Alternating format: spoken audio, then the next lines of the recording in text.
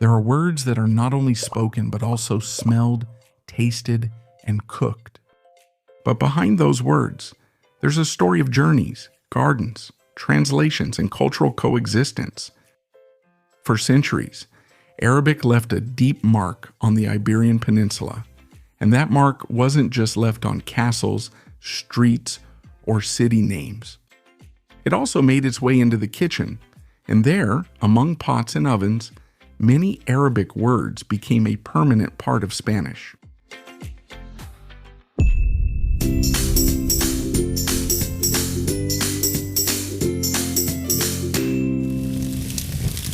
Let's start with an essential word, oil.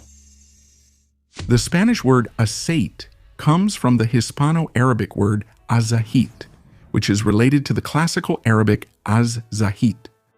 The word is connected to the world of the olive, a liquid that is still a symbol of Mediterranean cuisine today. What's interesting is that in Spanish there's also oleo, which comes from Latin, but in everyday life aceite is used more, oil.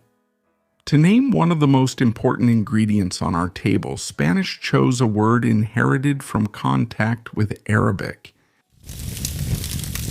And along with oil, there's the olive. Olive comes from azahituna, related to zahituna. It's the olive, the fruit of the olive tree. Oil and olive share the same historical root. The olive seasoned with herbs, brine, garlic, or spices is almost a little capsule of linguistic history served as an appetizer. Now let's move on to the sweet side, sugar. This word comes from Hispano-Arabic azúcar, from classical Arabic azúcar, but the origin is even more remote. Before reaching Arabic, the word passed through Greek, Persian, and Sanskrit. Once we say sugar, we are pronouncing a word that crossed continents before reaching Spanish. And if there's sugar, there's almíbar. Syrup comes from the Hispano-Arabic almíbar, related to the classical Arabic almíbar, and with a Persian root associated with quince nectar. Syrup is sugar cooked in water until it reaches the consistency of a syrup. Fruits in syrup, soaked sponge cakes, or traditional desserts all have an echo in that ancient word. Another sweet and medicinal word is syrup. Syrup comes from the Hispanic Arabic almíbar, classical Arabic, which means drink. Today we use syrup for a thick preparation of sugar, sometimes with fruits or medicinal substances. But its origin reminds us that before it was medicine, it was a drink, an infusion, or a sweet mixture. Now let's move on to the main course, rice.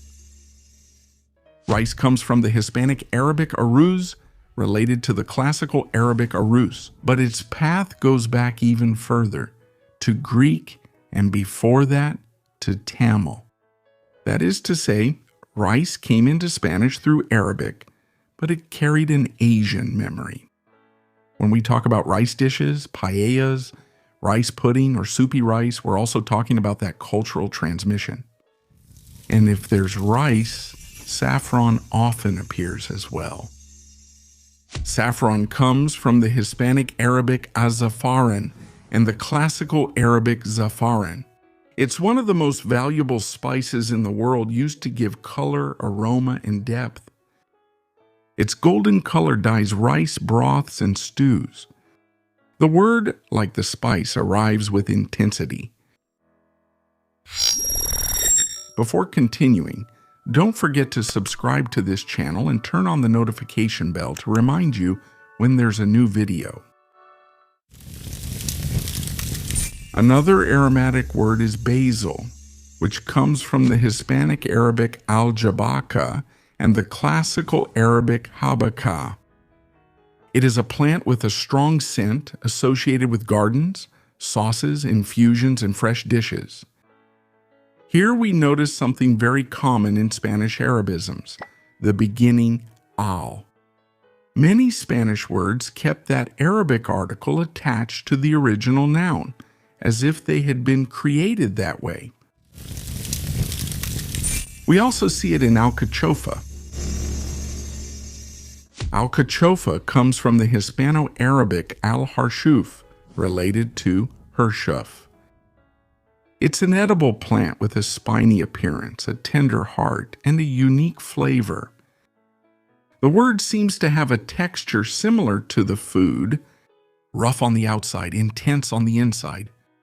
In some places it's called alcaucil, another related form. Another queen of Mediterranean cuisine is the eggplant. This word comes from the Hispano-Arabic badinjana, from the classical Arabic badinjana, and that from Persian. The eggplant traveled with techniques, recipes, and ways of preparing it, from roasting and frying to stuffing it and using it in stews. Its name preserves the influence of Arabic, but also an earlier Persian history. Now let's add some seed sesame. Ajonjoli comes from the Hispanic Arabic ajul gulin and from the classical Arabic yul chulan. In many places it's also called sesame. In ajonjoli you find breads, sweets, sauces, and traditional preparations. It's small, but its name is sonorous, almost musical.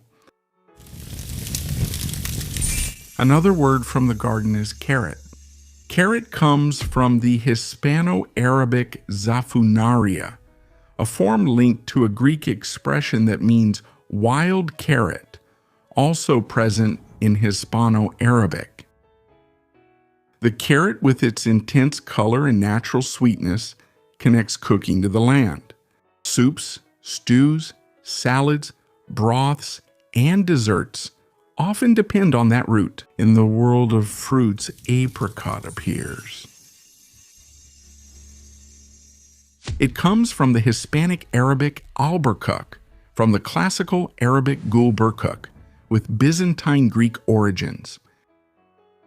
In several Hispanic countries, it is called damasco or chabacano, but albaricoque clearly preserves the Arabic influence. It is a soft aromatic fruit with a warm color perfect for jams, syrups, and pastries. Now let's talk about sweets with history. Alfajor comes from the Hispanic Arabic fashur, related to a Persian root that refers to juice or something that is squeezed. In Spain, the traditional alfajor appears as a sweet made of honey, almonds, spices, and breadcrumbs. In America, the word took on a life of its own and became that treat with two filled layers, often with dulce de leche.